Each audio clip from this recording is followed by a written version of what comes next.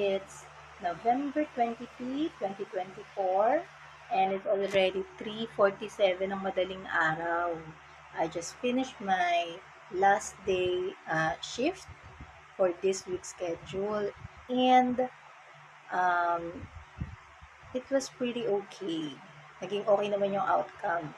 So yesterday, naka-encounter kami ng major family problem, but we are in the process of resolving it and adapting to the changes na dala nun.